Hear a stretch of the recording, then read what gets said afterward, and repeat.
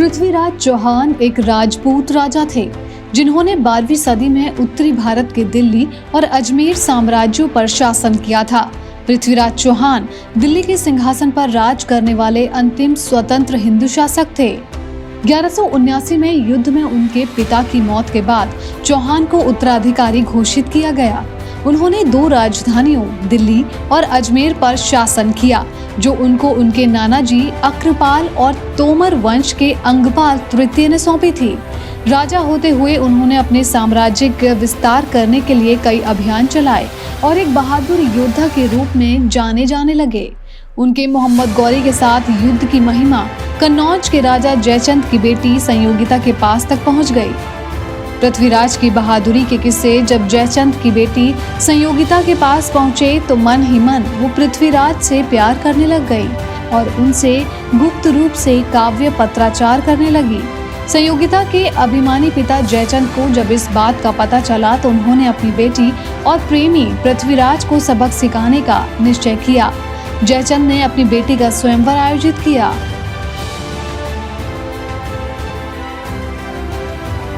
जिसमें हिंदू वधू को अपना वर खुद चुनने की आजादी होती थी और वो जिस भी व्यक्ति के गले में माला डालती वो उसकी रानी बन जाती।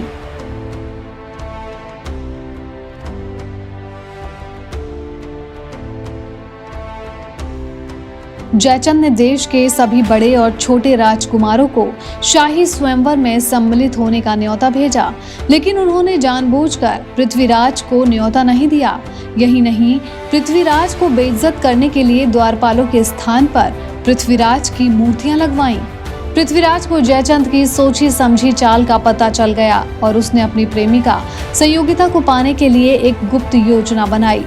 स्वयंवर के दिन संयोगिता सभा में जमा हुए सभी राजकुमारों के पास से गुजरती हुई और उन सबको नजरअंदाज करते हुए मुख्य द्वार तक पहुंची और द्वारपाल बने पृथ्वीराज की मूर्ति के गले में हार डाल दिया।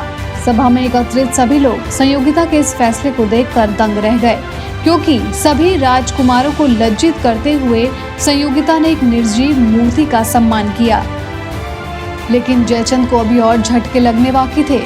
पृथ्वीराज उस मूर्ति के पीछे द्वारपाल के वेश में ही खड़े थे और उन्होंने धीरे से संयोगिता को उठाया और अपने घोड़े पर बिठाकर द्रुत गति से अपनी राजधानी दिल्ली की तरफ चल दिए।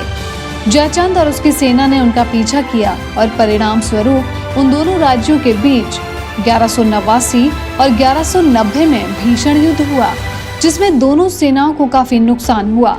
पृथ्वीराज और जयचंद दोनों की इस लड़ाई का फायदा उठाते हुए एक अफगानी घुसपैठिया मोहम्मद गौरी ने भारत में प्रवेश कर लिया और पंजाब में गजनबी की सेना को पराजित कर दिया।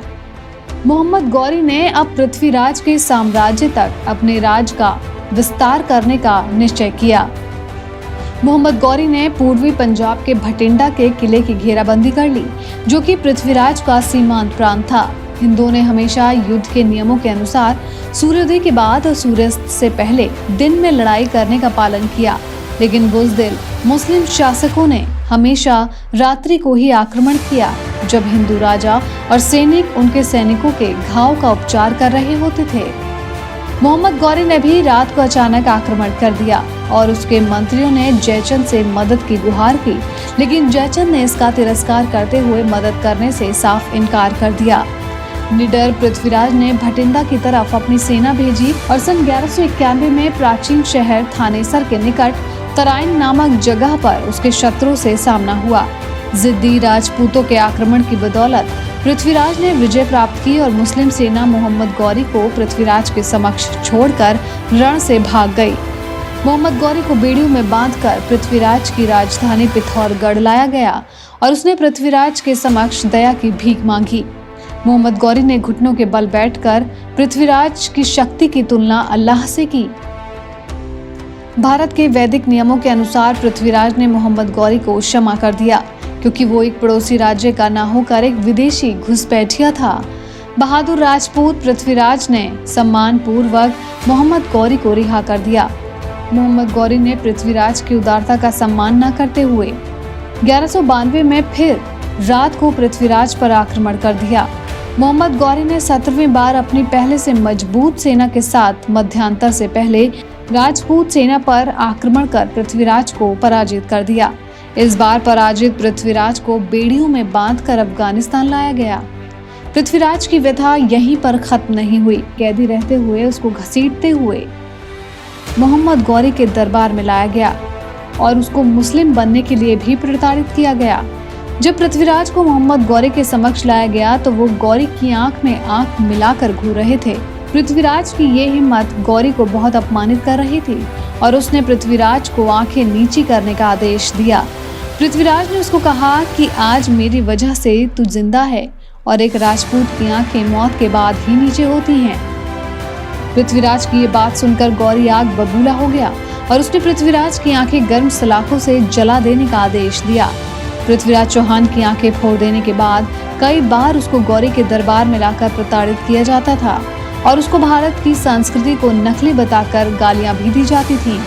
उस समय पृथ्वीराज का पूर्व जीवनी लेखक चंद्रबरदाई उनके साथ था और उसने पृथ्वीराज के जीवन पर पृथ्वीराज रासो नाम की जीवन गाथा भी लिखी थी। चंद्रबरदाई ने पृथ्वीराज को उनके साथ हुए अत्याचारों का बदला लेने को कहा। उन दोनों को एक मौका मिला जब गौरी ने तीरंदाजी का खेल आयोजित किया। चंद्रबरदाई की सलाह पर पृथ्वीराज ने गौरी से इस खेल में सम्मिलित होने की इच्छा जाहिर की। पृथ्वीराज की ये बात सुनकर गौरी के दरबारी खिलखिलाकर हंसने लगे कि एक अंधा कैसे तीरंदाजी में हिस्सा लेना चाहता है। पृथ्वीराज ने मोहम्मद गौरी से कहा कि या तो वो उसे मार दे या फिर खेल में हिस्सा लेने दे। चंद्रबरदाई ने पृथ्वीराज की ओर से गौरी को कहा कि एक राजा होने के नाते वो एक राजा के आदेश को मान सकता है। मोहम्मद गौरी के जमीर को चोट लगी और वो राजी हो गया।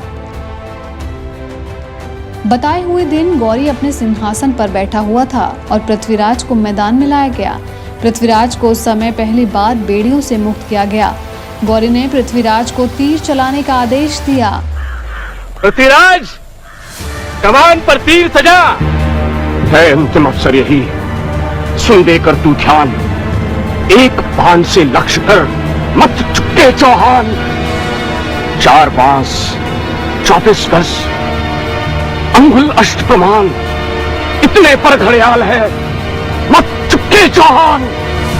पृथ्वीराज, तीर चला। और पृथ्वीराज ने गौरी की आवाज की दिशा में गौरी की तरफ तीर चलाया और गौरी उसी समय मर गया। पृथ्वीराज के अचानक हमले ने गौरी को मौत के घाट उतार दिया और दिल्ली पर सबसे ज्यादा समय तक राज करने वाले अंतिम हिंदू शासक की गौरी के मंत्रियों ने हत्या कर दी। उन्होंने पृथ्वीराज के शव को हिंदू रीति रिवाजों के अनुसार क्रियाक्रम नहीं करने दिया और मोहम्मद गौरी की कब्र के नजदीक उनके शव को दफना दिया।